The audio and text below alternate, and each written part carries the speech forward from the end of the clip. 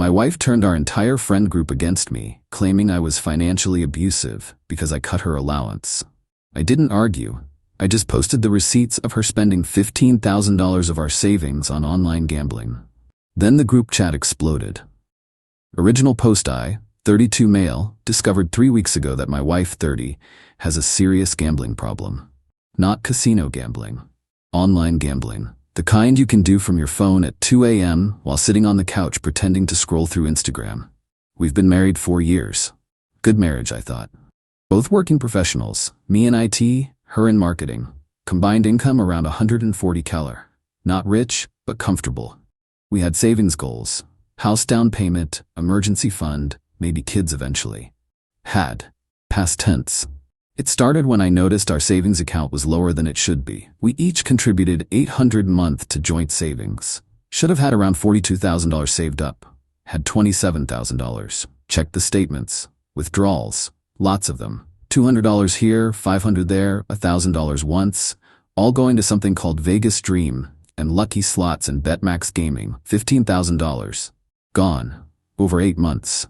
Confronted her that night. She cried.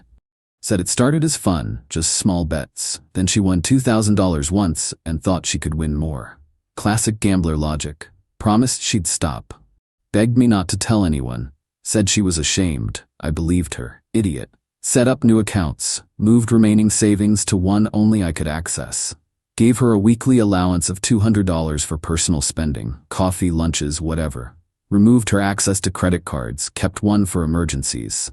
Standard addiction management stuff while she got help. She agreed to everything. Seemed relieved, actually. Said she needed the boundaries. That lasted 5 days.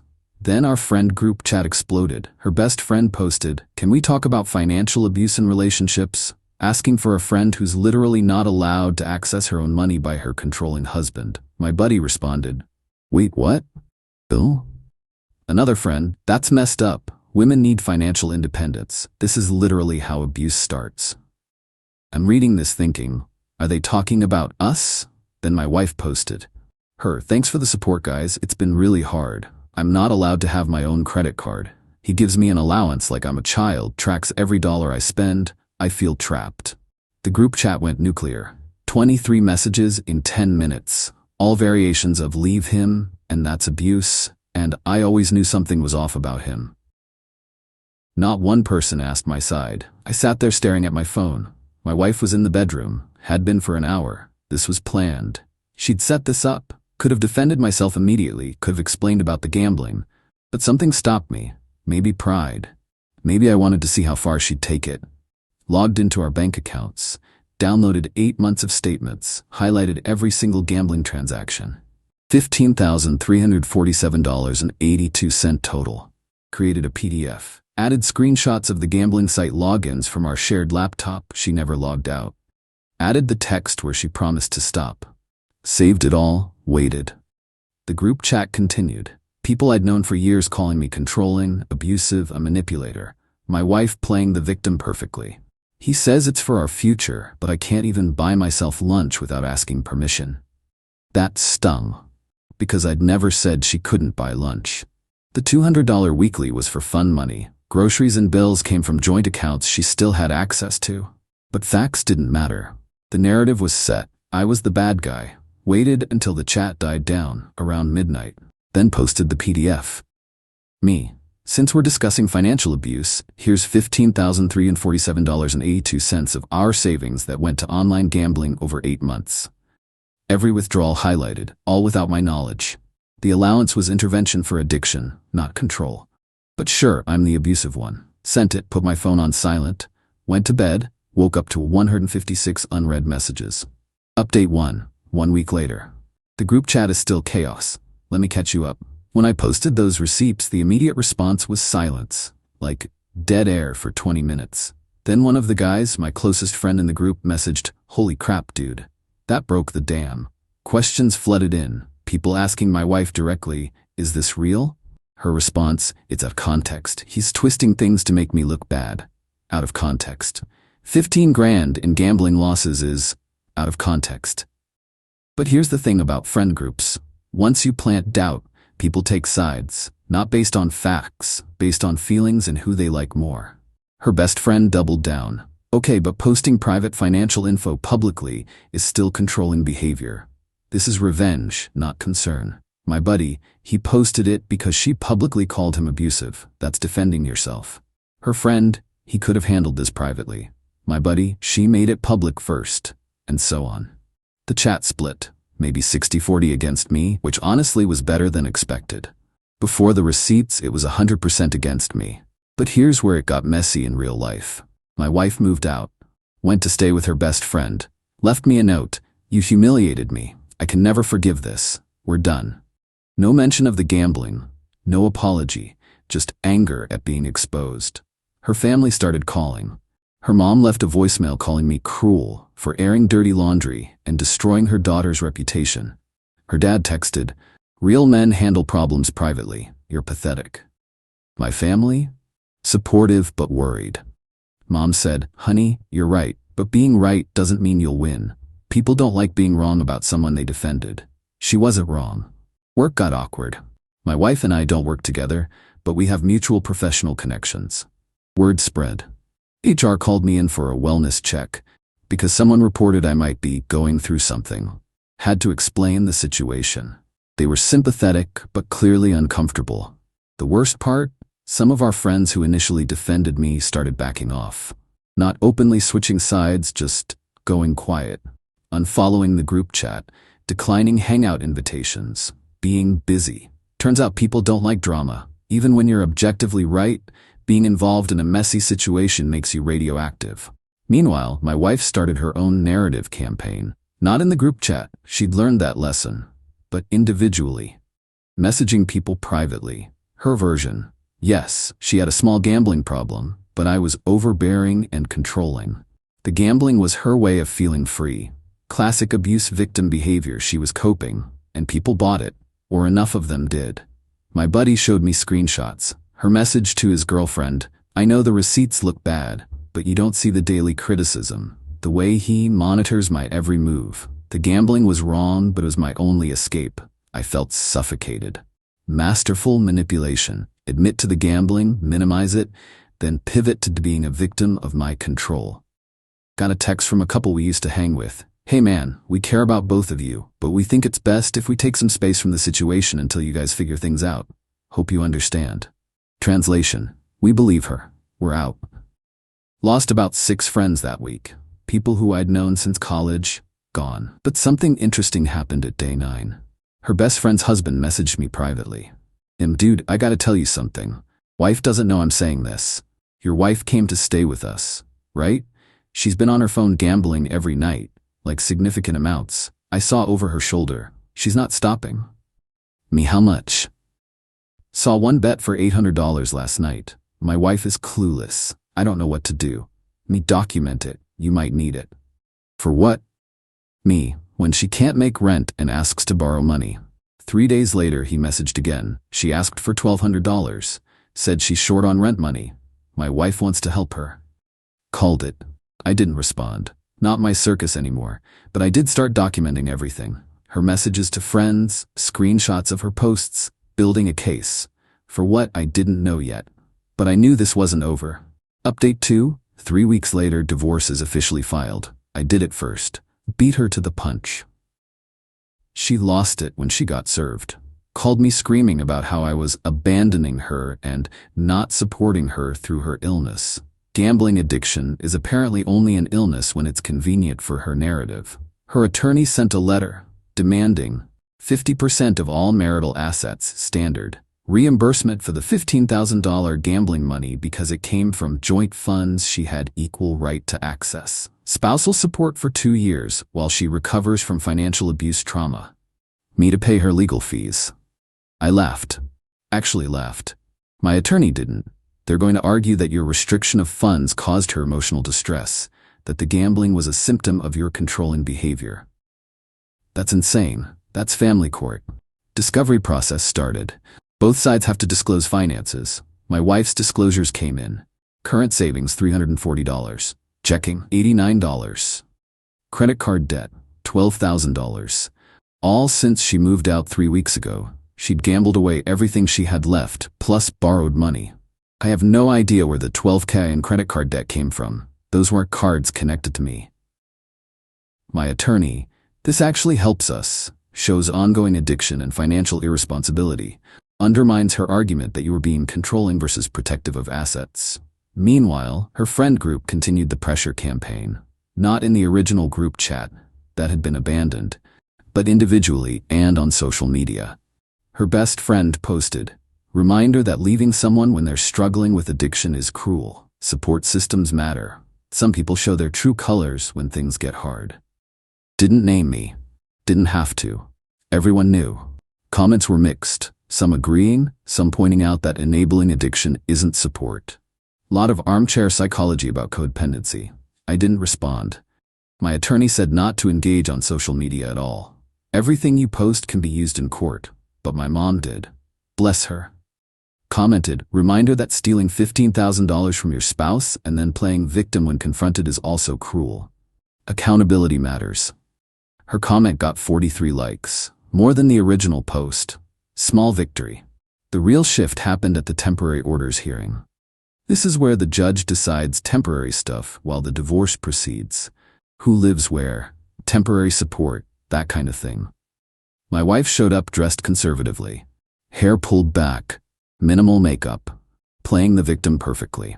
Her attorney argued she needed temporary spousal support of $2,000 per month because she couldn't work full-time due to emotional trauma from the marriage. My attorney presented bank statements showing the gambling, credit reports showing new debt, screenshots of her messages admitting to the gambling, statement from her best friend's husband, he'd agreed to provide it, about ongoing gambling while living with them. Judge reviewed everything, looked at my wife. "Ma'am, are you currently employed?" "Part-time. The stress of the divorce has made it hard to work full-time." "But you were working full-time before the separation?" "Yes, but..." "And the reduction in hours happened after you left the marital home?" "Yes." "Of your own choice to leave?" "I felt unsafe." Judge reviewed more paperwork. "I see no police reports, no restraining orders, no documented threats. What made you feel unsafe?" "He was controlling my money." "Your testimony states he restricted access to credit cards after discovering significant gambling debts. Is that correct?" "He made me feel like a child." "Did he restrict access to your personal accounts or paycheck?" Pause. "No." "So you had access to your own income?" "Yes." "And the restriction was on joint accounts and credit cards?" "Yes." Judge wasn't having it. Ruled, no spousal support during pendency of divorce, marital assets frozen until trial. Each party pays own legal fees. She needs to find her own housing. My apartment lease is in my name only. Outside the courthouse, her attorney looked frustrated.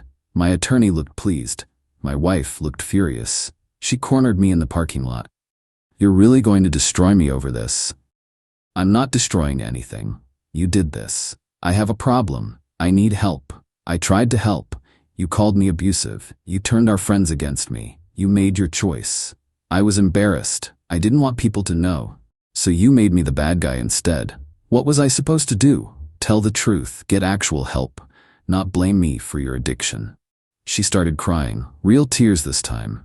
"I can't afford rent. I have nowhere to go. That's not my problem anymore." Walked away. Felt bad for about 30 seconds. Then remembered the 156 messages calling me abusive. But here's where it gets interesting. That night, 2 friends from the original group, ones who'd gone quiet after everything, messaged me. Friend 1, "Hey man, I owe you an apology. I believed her without asking your side. That was wrong. I'm sorry." Friend 2, "Just want you to know I see what's happening. The court stuff is public record. You're doing the right thing." Not full vindication, but something. Also heard through the grapevine that her best friend kicked her out.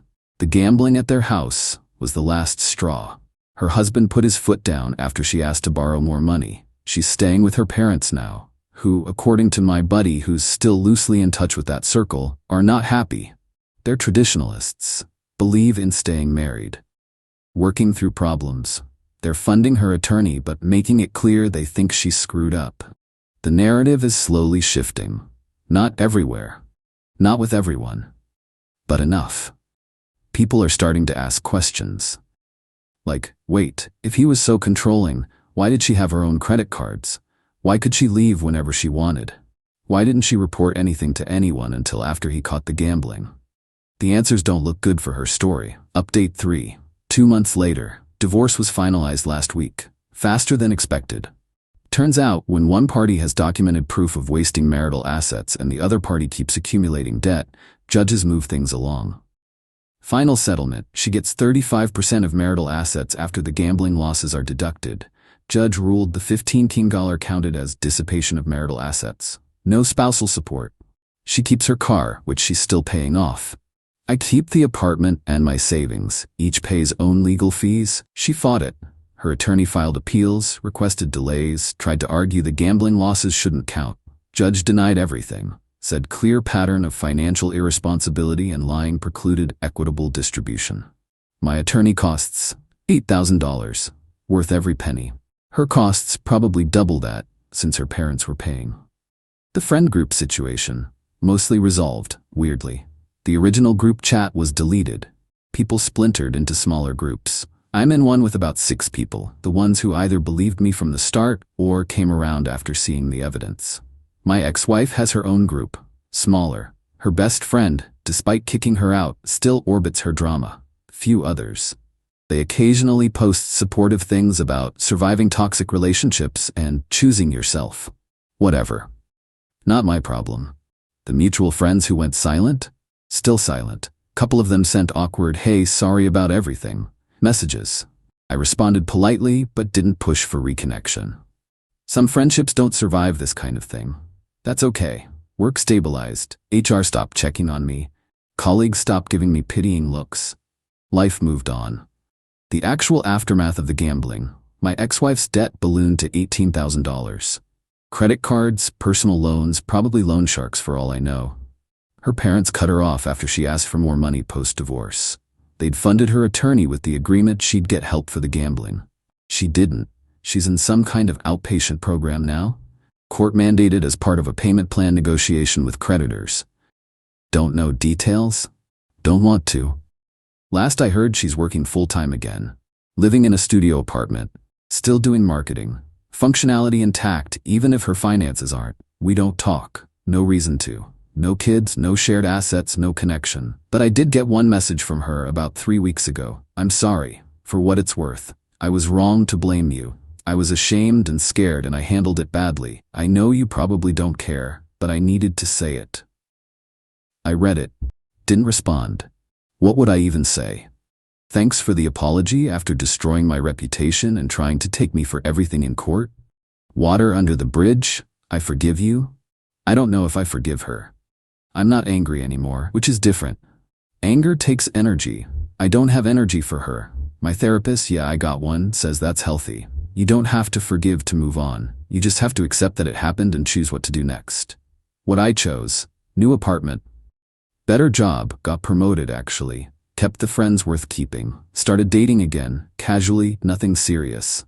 Life is weirdly normal now. Quiet, no drama, no group chat explosions, no attorneys, just regular life. Sometimes I think about what would have happened if I hadn't posted those receipts. If I just defended myself with words. Would anyone have believed me? Would the narrative have stuck? Probably. People believe the first story they hear, especially when it fits their biases. Woman says husband is financially controlling? Must be true. Man says woman has gambling problem? Sounds like an excuse. I don't regret posting the evidence. Some people call it petty. Maybe it was. But I wasn't about to let someone destroy my reputation based on lies while I quietly took the high road. The high road doesn't clear your name. Evidence does. Final thought on the friend group thing. It taught me who my real friends are. Not the people who immediately took my side. That's just loyalty bias. But the people who asked questions. Who said, "I don't know enough to judge," and stayed neutral until facts came out. Those are the keepers. The people who immediately believed the worst about me without asking my side, they would have done that eventually about something else. Better to know now. As for my ex-wife, I hope she gets help. I really do.